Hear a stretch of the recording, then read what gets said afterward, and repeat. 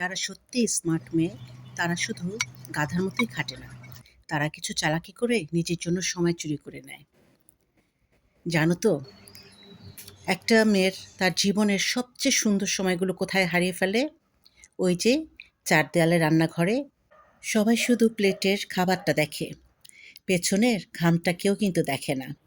সকাল থেকে সন্ধ্যে পর্যন্ত কাজ, কাটাকাটি, রান্নাবান্না সবাইকে খুশি করতে গিয়ে নিজের জন্য এক কাপ চা যে খাবে, সে সময়টুকুও থাকে না। দিন শেষে কি হয় তোমাদের? আমাদের কি সঙ্গী হচ্ছে? কোমর ব্যথা আর একরাশ ক্লান্তি, তাই না?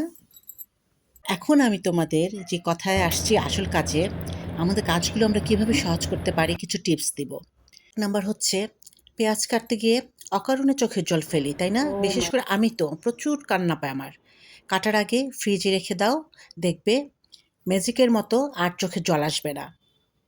দুধ উপচে পড়ে চুলা নোংরা হচ্ছে, পাতিলের উপর কাঠের চামচ একটা আড়াআড়ি করে রেখে দাও, দেখবে যে দুধ আর উপচে পড়ছে না। রসুন ছাড়ানো আরেকটা বিরক্তির কাজ। হালকা গরম পানিতে কিছুক্ষণ ভিজিয়ে রাখো, দেখবে খুব দ্রুত রসুনগুলো সুন্দর মানে চামড়াটা উঠে যাচ্ছে। ঘন্টার পর ঘন্টা আর বসে বসে রসুন ছিলতে হবে না। কখনো তরকারিতে যদি লবণ বেশি হয়ে যায়, একদম প্যানিক হবে না। কি করবে? ছোট্ট একটা আটার দলা বানিয়ে তরকারিতে দিয়ে দিবে, দেখবে যে লবণ শুষে নিয়েছে। ধনেপাতা বা কাঁচামরিচ ফ্রিজে রাখলে পচে যায়, তাই না?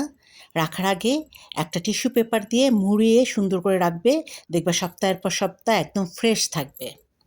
আর আদা রসুনের পেস্ট বেশি দিন ভালো রাখতে চাইলে সামান্য সয়াবিন তেলের সাথে একটুখানি লবণ মিশিয়ে রাখবে, দেখবে অনেক দিন রাখতে পারবে। আর ওই যে তেল চিটচিটে পোড়া হাঁড়ি, ঘষতে ঘষতে হাতের বারোটা বেজে যাচ্ছে, নখ ভেঙে যাচ্ছে, হাত নোংরা হয়ে যাচ্ছে, একটু লবণ আর গরম পানি দিয়ে ভিজিয়ে রাখো, তারপর দেখবা যে ময়লা নিচ থেকে উঠে গেছে।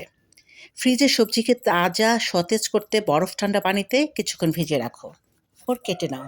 এই ছোট্ট ছোট্ট কাজগুলো শুনতে কিন্তু সাধারণ লাগছে, কিন্তু বিশ্বাস করো, এই কাজগুলো প্রতিদিন তোমার জীবন থেকে প্রায় ১ ঘন্টার কাজ কমিয়ে দিবে।